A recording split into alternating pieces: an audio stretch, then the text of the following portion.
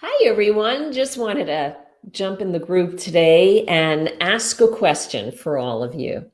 So, what happens when you're running a retreat to an area where problems are brewing? What do you do? How do you deal with that in your retreat? So, the reason I'm asking this right now is, as many of you know, there's been a shooting in shootings in Cancun, and the Mexican army, it was actually deployed in Cancun to deal with this gun battle at a nightclub during an electronic music festival. So the thing is, now, of course, there is an increased caution advisories been posted from the travelstate.gov website in the US and been posted internationally. So, what happens if you are running a retreat to Mexico? And what if you're running a retreat to Mexico and it's not in that area?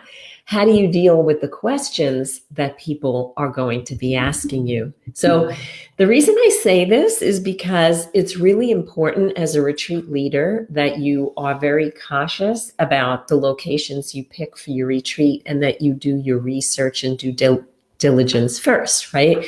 You want to see if there's any travel advisories in the country that you are thinking of doing your retreat.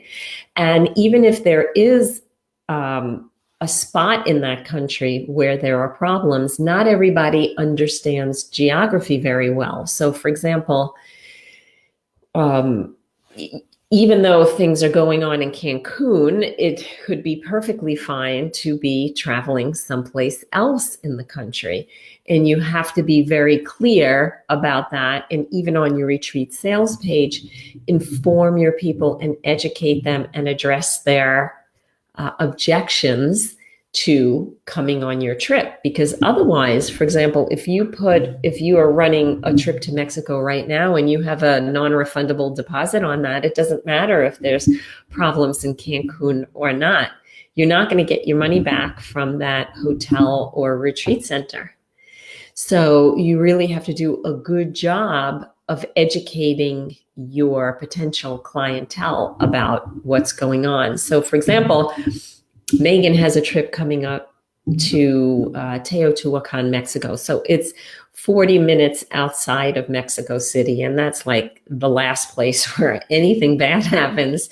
But I'm sure people will be concerned about coming to Mexico because of what's going on in Cancun. However, it's if you're saying that there's riots in New York City, but you're not going to go to Los Angeles. There's 3,000 miles in between the two places, but people don't realize that when they're looking at your trip. So they see the country and the country's having problems. But obviously, if there were riots in New York, why wouldn't you go to LA?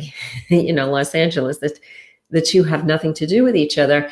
And the same thing is happening between Cancun and where Megan's trip is, which is outside of Mexico City. It's a huge space between the two areas.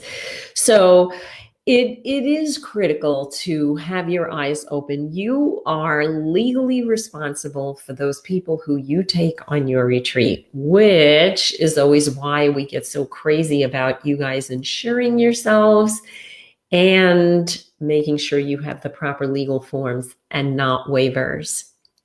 It's very interesting to me that even though we do share this information and teach this all of the time, there's still people that are going naked, as I call it, on retreats. In other words, they're not protecting themselves. They do not have proper legal forms and they're not insured.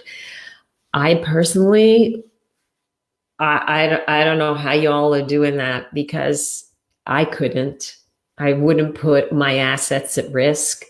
I wouldn't put anything at risk on, we've done so many retreats now, and this is probably why we have such a different perspective on it all. But I've seen all kinds of craziness happen. People get sick on one retreat. I'm not saying this to scare anybody, but things can happen. Things can happen around the corner from your house, believe me. They can happen when you're away, but then you're actually legally responsible. On one of the trips I went on, a friend of mine came on. She didn't listen to the directions on the trip, and she actually had walked around at night when we told the group, don't do that. And she was captured and beaten and raped. So she could have sued. Of course, we would have countered, the retreat leader would have countered for that, because legal forms were signed and instructions were given not to walk around at night in that area. So, but, these crazy things happen. And that was in Peru. So, people go to Machu Picchu all the time, but anything can happen anywhere. So a lot of people go, well, I don't have to worry about it because I'm not going internationally. Well, hey, I could be robbed at gunpoint walking out my front door. I don't have to go to Peru to have that happen. So it's just very important for you to understand the level of responsibility you have when other people are putting their lives in your hands, and you're creating something.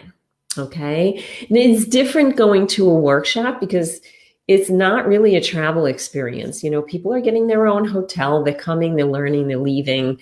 It's not like you're doing activities and doing other things like that. So,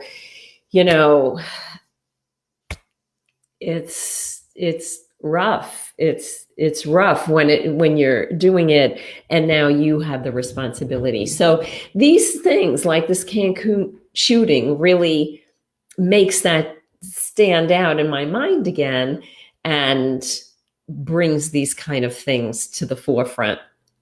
Someone was saying, hi, Sherry, love the wealth of information you always generously share. Thank you so much. I so appreciate it.